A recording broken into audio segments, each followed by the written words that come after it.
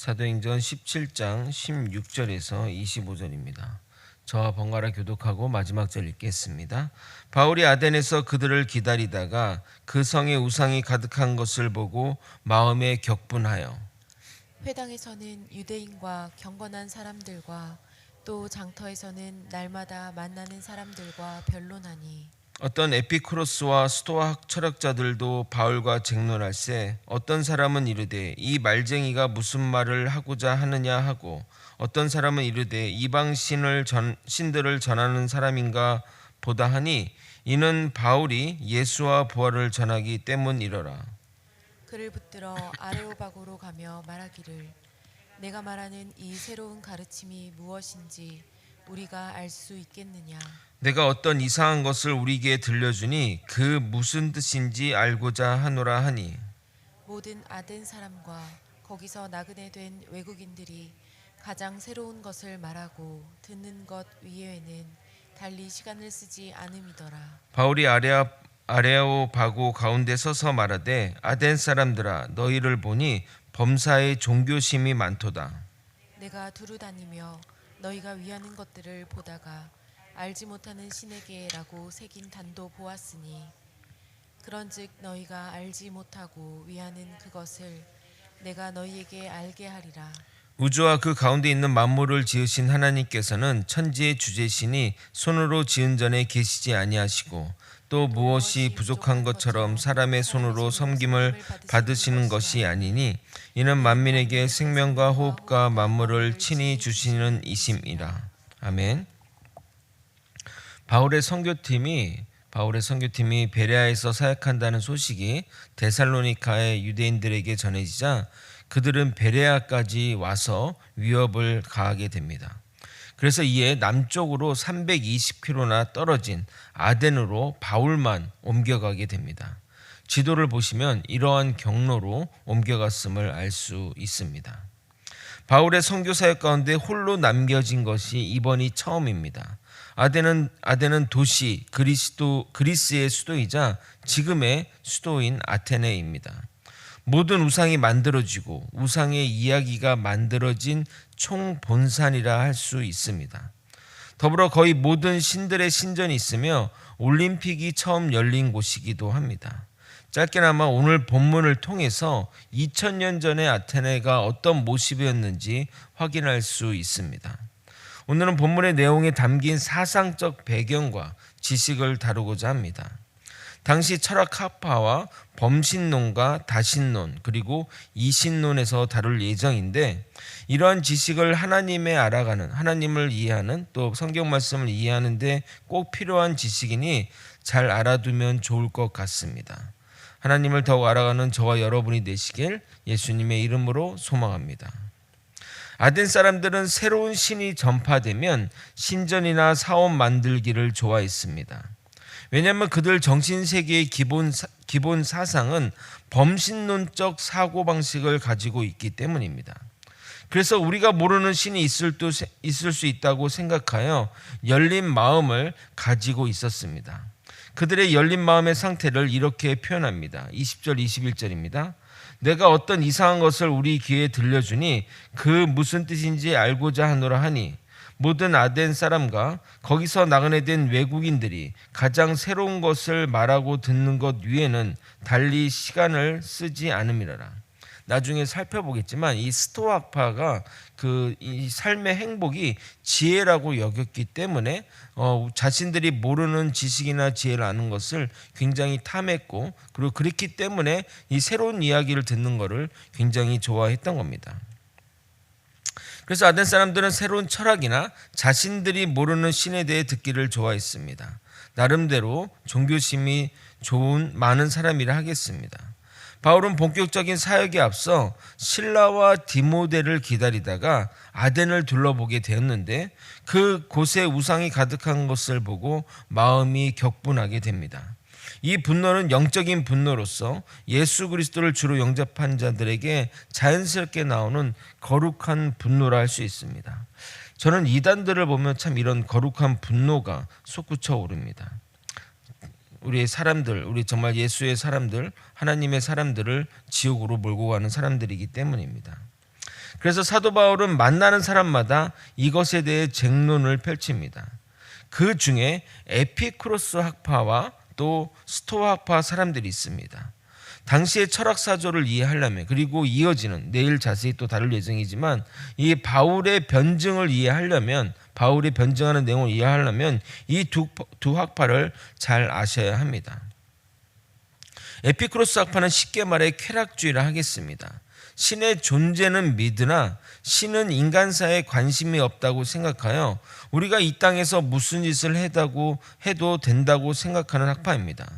그들이 추구하는 행복은 모든 고통과 공포와 죽음에 대한 두려움에서 벗어나게 한다고 주장해서 그 쾌락이 행복의 근원이라고 생각했습니다.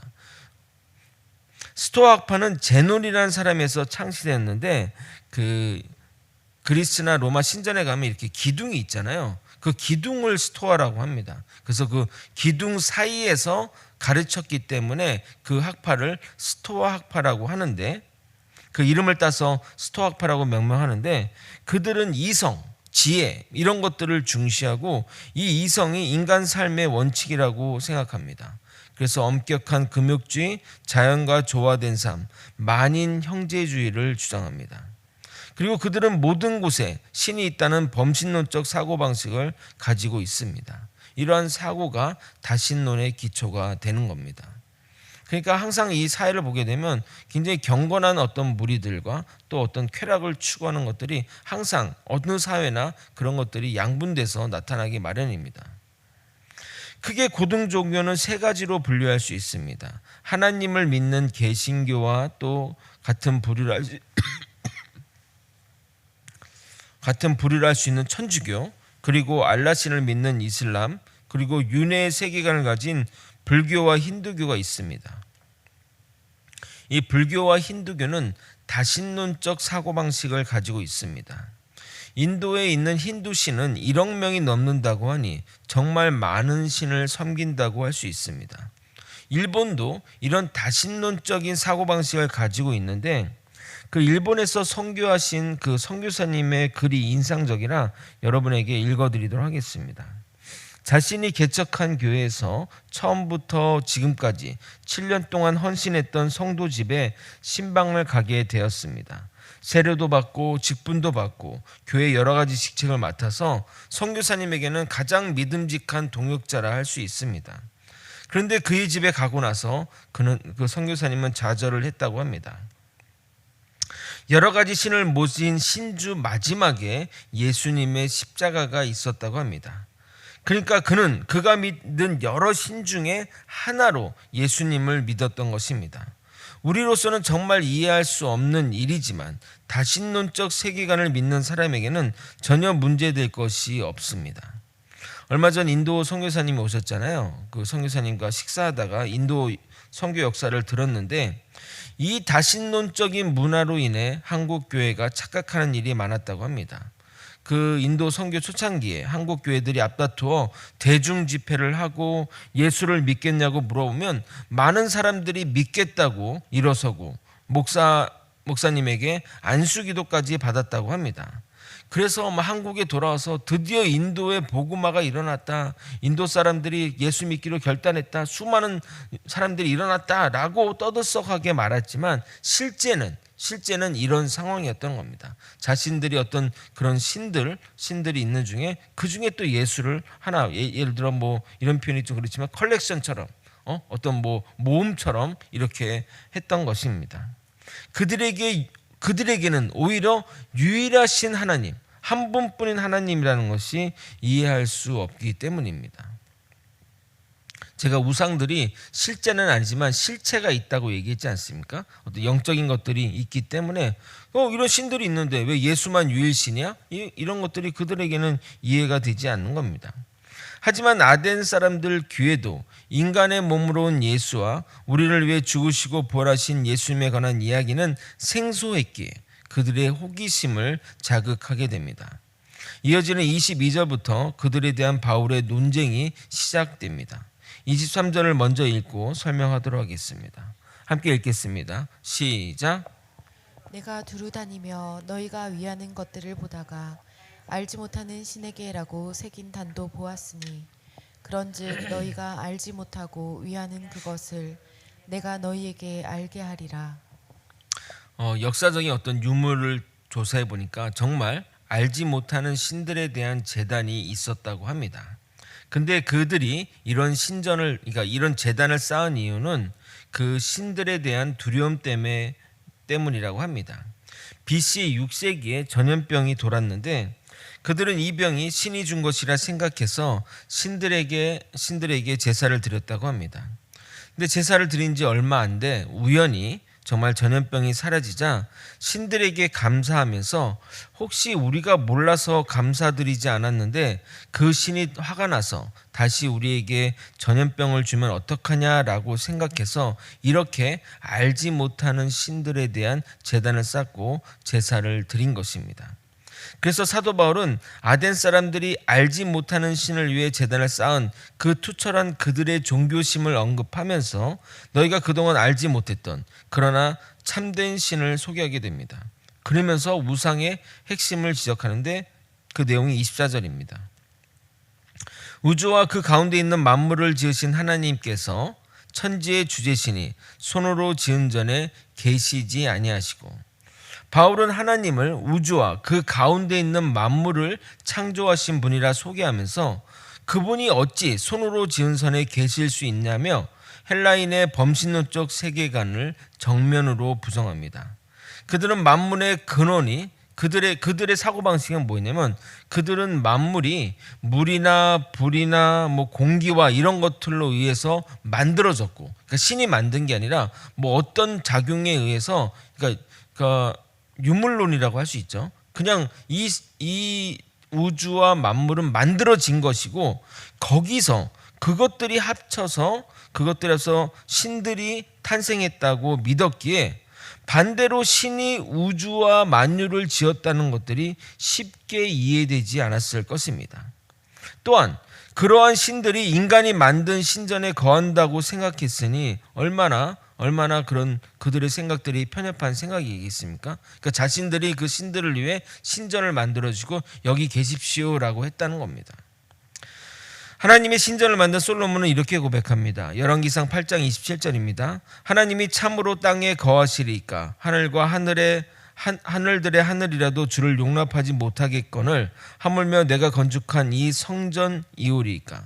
그러니까 우리가 그 이스라엘 사람들도 성전을 지었지만 그 성전에 있으라고 한 게 아니라 하나님과 만나는 장소, 하나님의 임재의 상징으로 성전을 만든 것이지 하나님이 거기에 거할 수도 없고 거하셔도 더 문제겠죠. 하나님이 거하시게 되면 이스라엘 그 장막에서 하나님이 거하신 날에는 사람들이 무서워 벌벌 떨고 막 했던 것처럼 거할 수도 없고 거하셔도 안 되는 것이고, 참고로 그리스 신화에 따르게 되면 땅에서 대지의 신인 가이아라는 여성신이 창조되었고 그 신이 하늘 신인 장남 우라노스와 바다의 신 폰토스를 낳았는데 장남인 우라노스와 결혼하여 그 이후로 기타 신들을 만들었다고 합니다.